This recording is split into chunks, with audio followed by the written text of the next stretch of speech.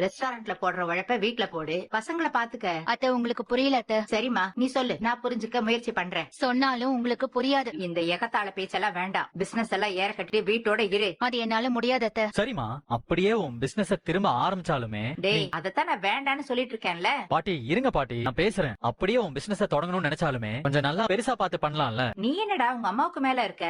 பாட்டி எழில் சொல்றது கரெக்ட் தானே? அந்த அளவுக்கு என்கிட்ட பணம் இல்ல. அம்மா, பணம் இல்லன்னா என்னம்மா, நான் தரேன் உனக்கு. குண்டுமணி சைஸ்ல கூட நீ எதுவுமே செய்ய வேண்டாம்னு சொல்லிட்டு இருக்கேன். ஆனா பிரம்மாண்டமா பிசினஸ் பண்றத பத்தி நீங்க எல்லாரும் பேசிட்டு இருக்கீங்க. பாக்கியா, நீ நாளைக்கே போய் கொடுத்த டோக்கன் அட்வான்ஸ திரும்ப வாங்கிட்டு வந்துரு. அதெல்லாம் என்னால வாங்க முடியாது அத்தை. எனக்கு என் பிசினஸ் முக்கியம். என்ன அதை செய்ய விடுங்க. ஆரம்பத்துல நீ இப்படிதான் பேசுவேன். ஆனா கொஞ்ச நாள்லயே எனக்கு அந்த பிரச்சனை இந்த பிரச்சனை மூக்க சிந்திட்டு வந்து நிக்க போற. எல்லாரும் அவங்கவங்க பிரச்சனைய வீட்ல சொல்றீங்க. நானுமே அதே மாதிரி சொல்லலாங்கிற நினைப்புலதான் இத்தனை நாளா சொல்லிட்டேன். இனிமே எது நடந்தாலும் நான் வீட்ல சொல்லாம இருக்கேன். போதுமா? நீ பிசினஸ் செய்யறேன்னு சொல்ற, அதோட சாதக பாதகங்களை நாங்க எடுத்து சொல்றோம். நீ அதை புரிஞ்சுக்காம விதண்டாவாதம் பண்ணிட்டே இருக்க. சாதகம்னு நீங்க எதுவுமே சொல்ல மாட்டேங்கிறீங்களே. முழுக்க முழுக்க பாதகத்தை மட்டும் தான் சொல்றீங்க.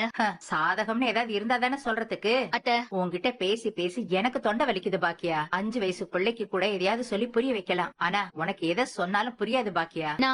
நீ எதுவுமே சொல்ல வேண்டாம். அடுத்தவங்க பேச்ச மதிக்காம நீயா பண்ணினதெல்லாம் போதும். கடைசியா நான் உனக்கு ஒண்ணு சொல்றேன். நாளைக்கு காலையில கொடுத்த அட்வான்ஸ திரும்ப வாங்கிட்டு வர, அவ்வளவுதான். வீட்ல இருமா, 3 குட்டி பசங்க இருக்காங்க. அவங்க கூட டைம் ஸ்பெண்ட் பண்ணு. எங்களுக்கு முன்ன மாதிரி சமைச்சு கொடுத்து